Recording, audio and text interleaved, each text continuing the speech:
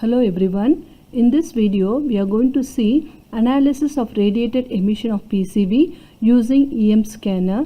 I am Rajeshwari, Field Application Engineer from PCB Graphtech Private Limited. So what is radiated emission testing? Here we are going to measure the electromagnetic field strength. The emissions are determined by switching voltages and currents within any digital circuit.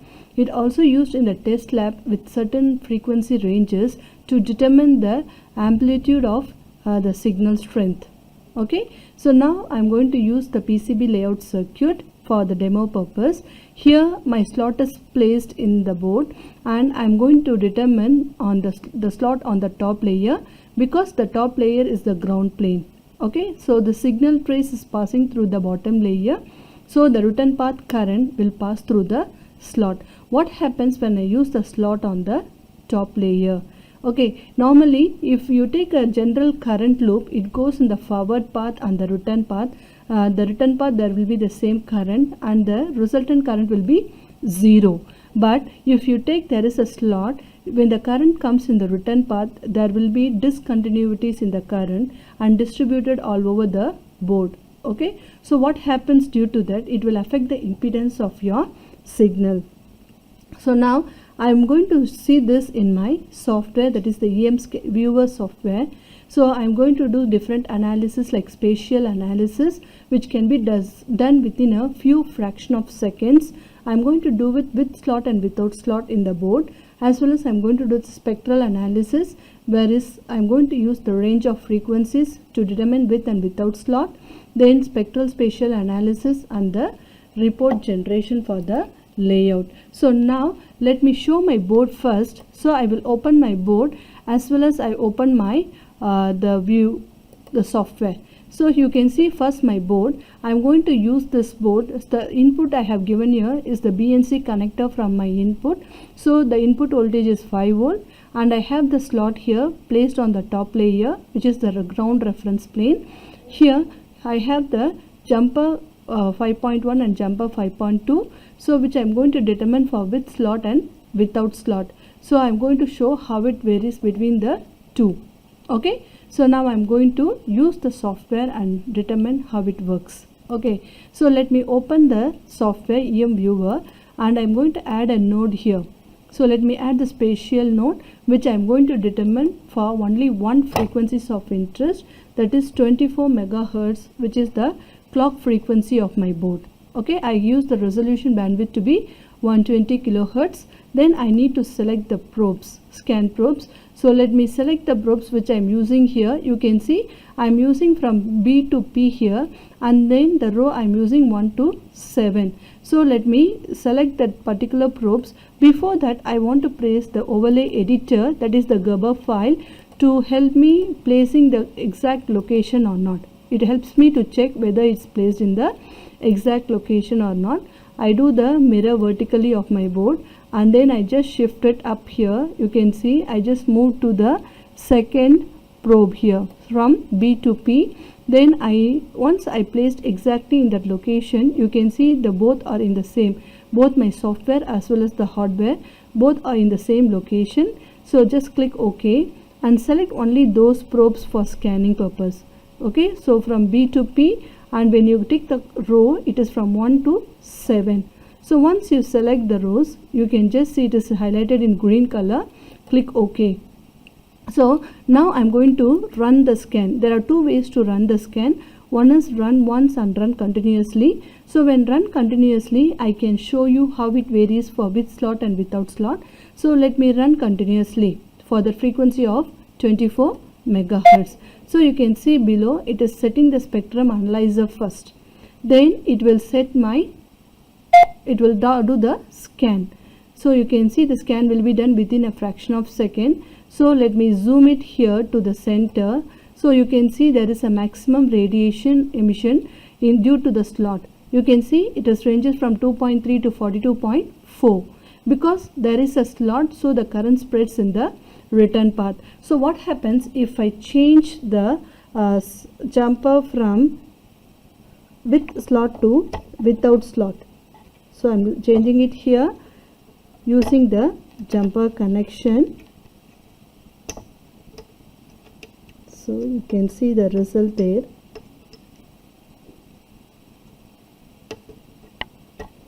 Okay, so let me see the result here.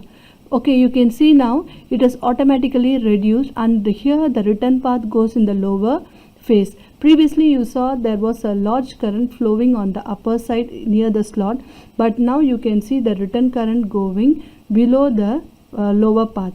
Okay, so and it has reduced from 42 to 38. Okay, so this is for spatial scan. So let me terminate my scan, stop the scan here, and then I want to do the next scan is your spectral scan. So add node spectral scan. So to do that, I can determine the range of frequencies from 10 to 200 megahertz. I'm just going to use this range of frequencies. Now I need to select the probes. So for this, I'll just set my overlay editor first. Okay, so mirror vertically, and then I just placed again in the original position, and then I can do the scan here. Okay, so once I have set it off, next I need to select the probes for scanning. So let me select the probes here from 2 to 7 here, to B to P and C1 to 7. So once selected, click OK. Then I can do the spectral scan here. Just start scanning. It will show you here by setting your spectrum analyzer first.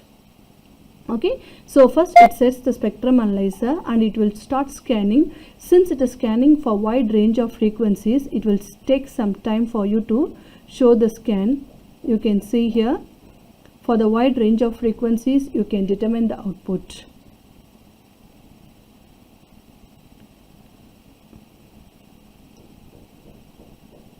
Okay.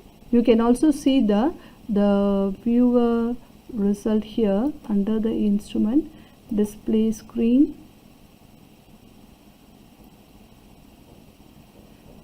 So it is scanning here to show the result.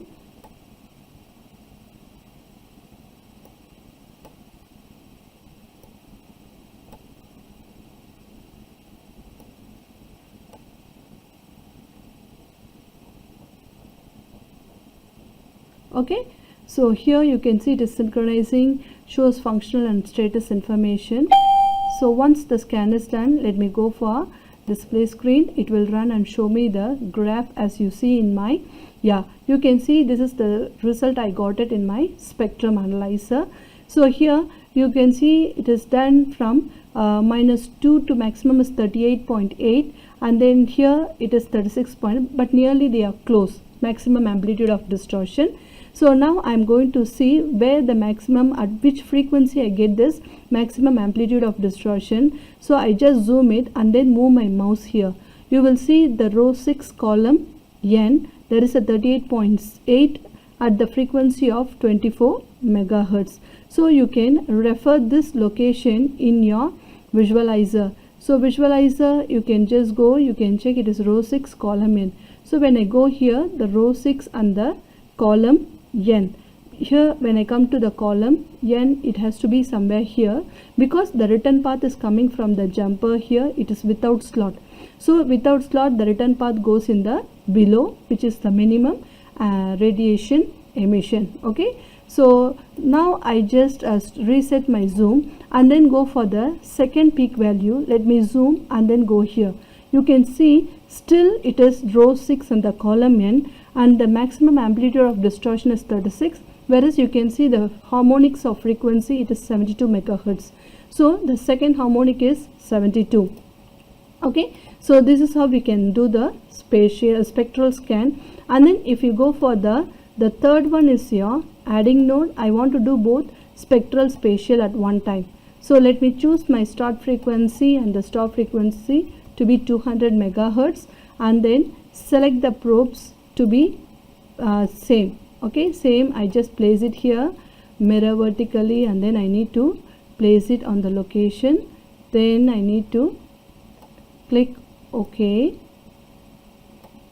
Just click OK, then select the probes for scan.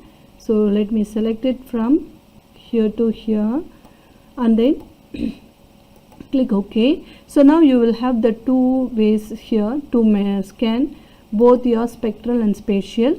So I'm just going to scan it once. because it can be scanned once when you are using both the scan.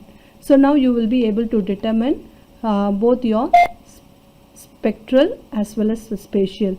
So let me zoom this first to see the area alone in your spatial scan. Okay, so now I am using without slot.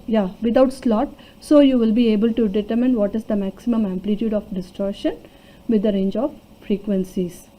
Okay, so it is doing the scan here.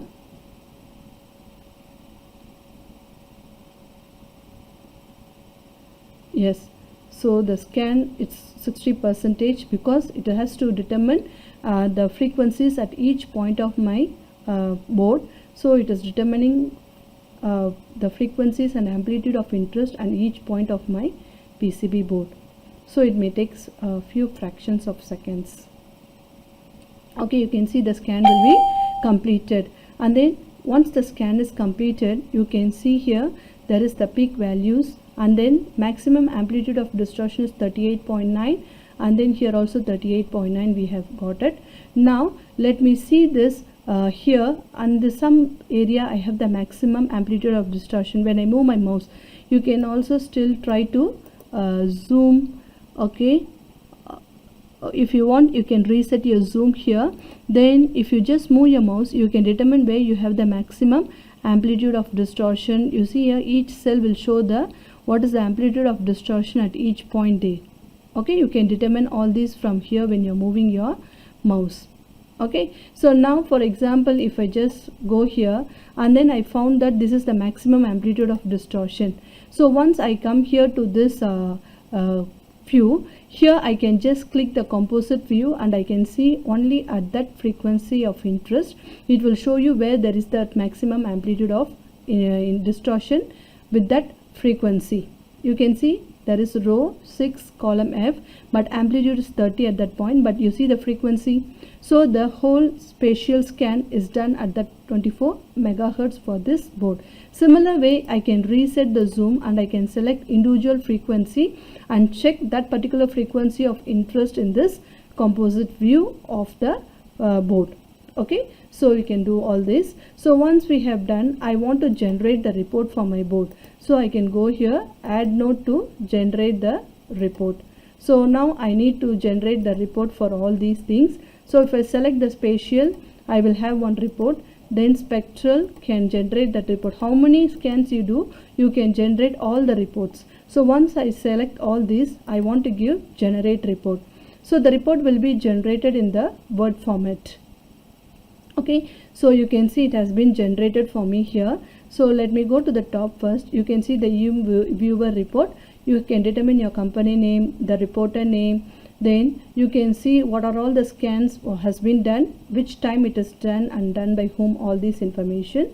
So the spatial scan, what is the frequency range, then coming to the spectral scan, and then you have to see what is the scan time, what is the scanner I am using, then what is the spectrum analyzer I am using, then what is the frequency range, what is the maximum amplitude of distortion, the ranges, all you can determine here.